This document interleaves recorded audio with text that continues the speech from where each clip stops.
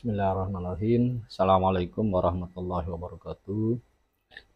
Selamat pagi Bapak Ibu sekalian.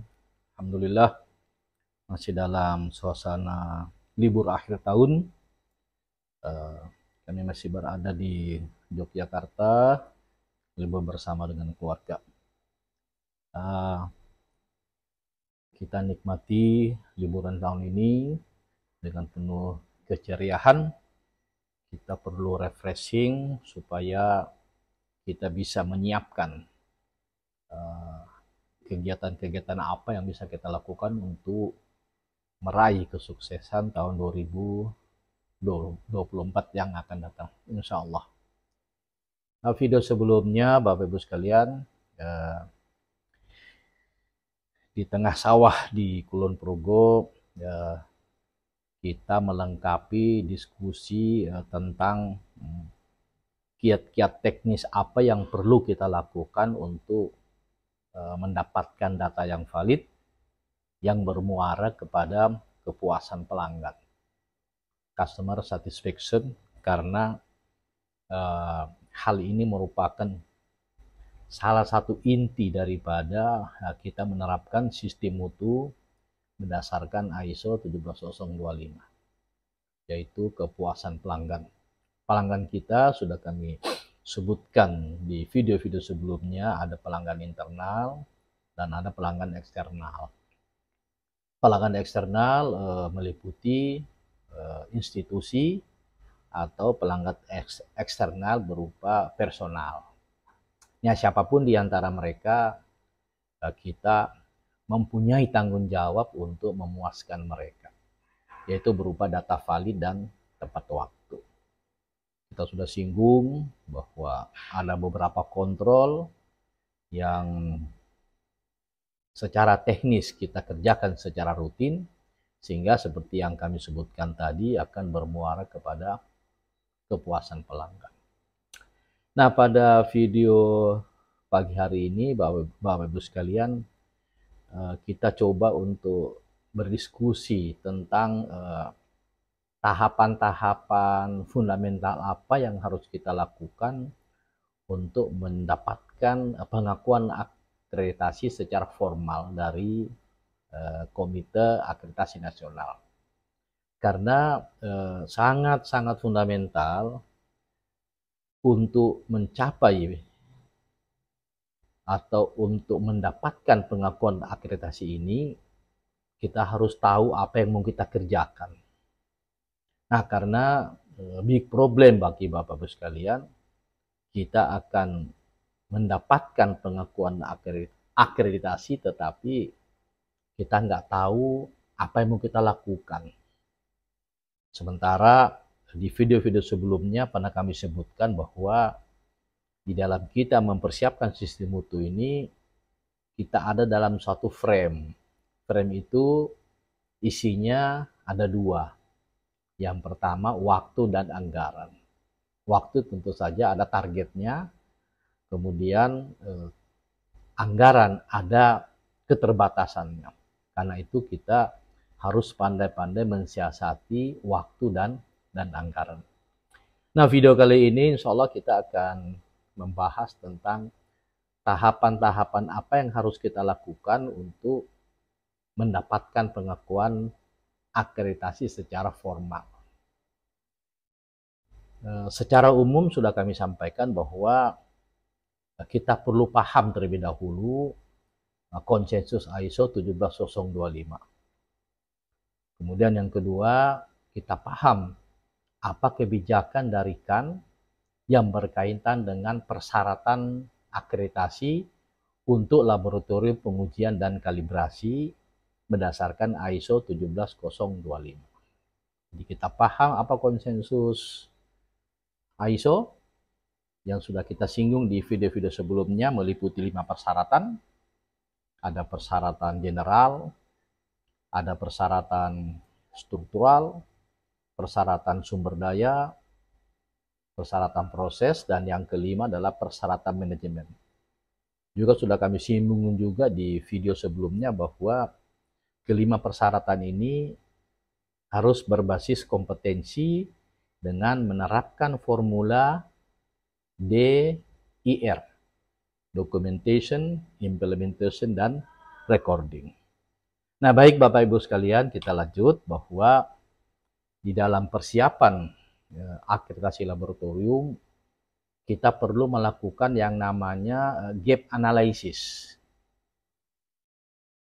Dari situ kita bisa melihat apa yang sudah kita kerjakan atau apa yang sama sekali belum kita kerjakan.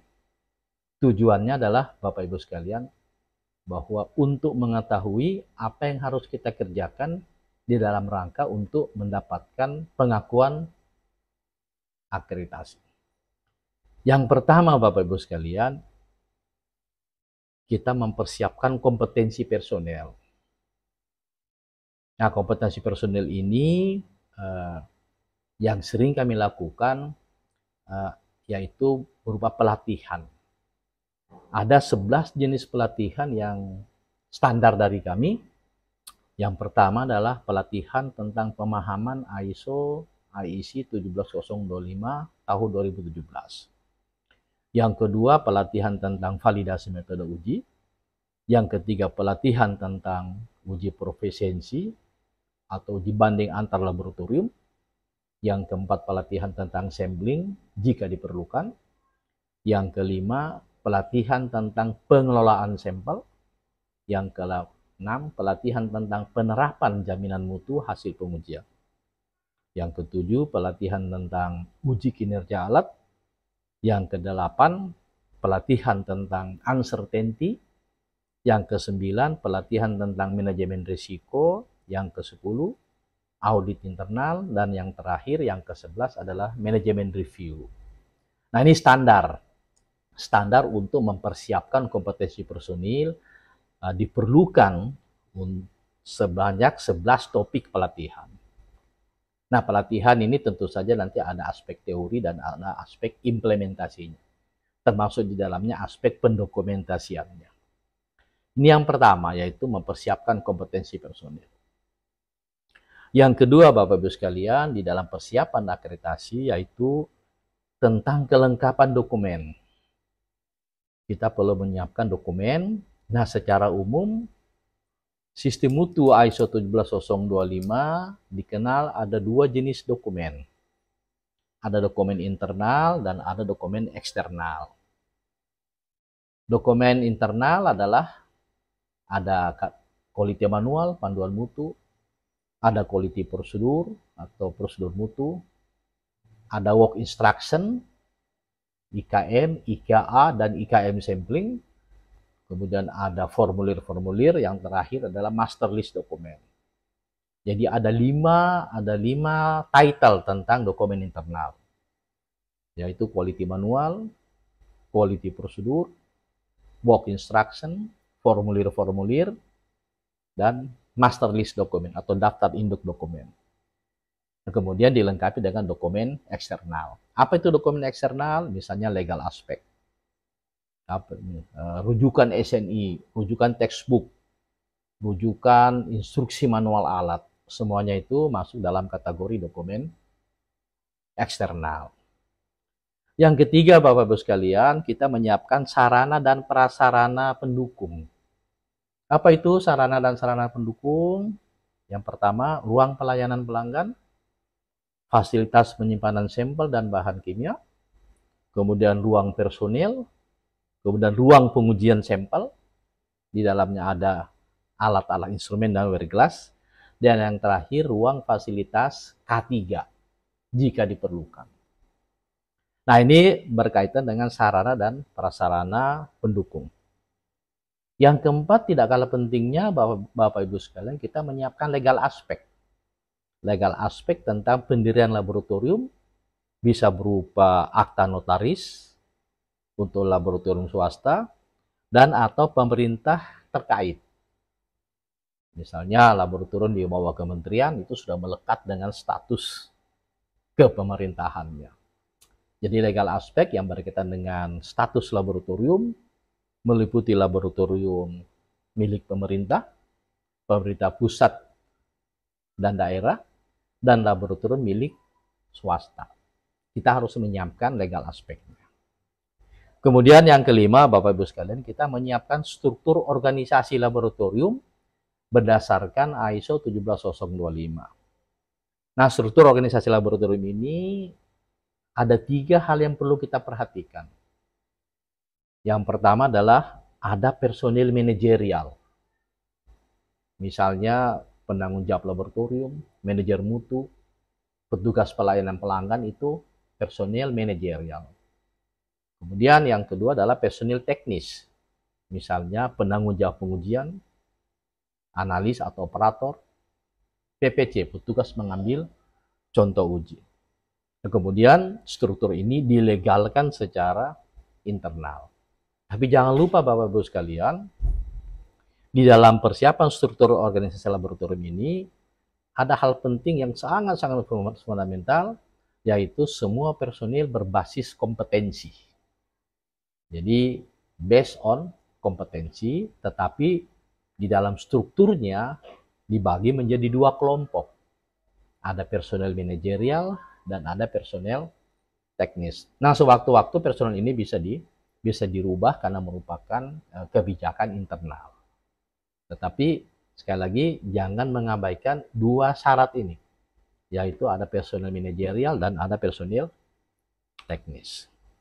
Kemudian yang keenam, Bapak Ibu sekalian, kita melaksanakan atau melakukan implementasi. Implementasi ISO 17025 tahun 2017. Implementasi ini banyak bersumber dari kebijakan kan. Tentu saja rujukan utamanya adalah konsensus ISO 17025. Ada 11 macam implementasi yang perlu kita lakukan. Yang pertama adalah sampling jika diperlukan. Yang kedua, pengelolaan sampel uji. Yang ketiga, validasi metode uji. Yang keempat, uji kompetensi personil. Yang kelima, jika diperlukan, yaitu survei kepuasan pelanggan. Yang keenam, kita melaksanakan uji profesiensi, uji banding antar laboratorium. Yang ketujuh, kita melaksanakan kalibrasi alat. Yang kedelapan, kita melaksanakan penerapan jaminan mutu hasil pengujian. Kemudian, kita melaksanakan audit internal. Dan yang terakhir, kita melaksanakan manajemen review atau kaji ulang manajemen. Ada tambahan yang juga sering ditanyakan oleh tim asesor, yaitu rekaman tentang identifikasi manajemen risiko.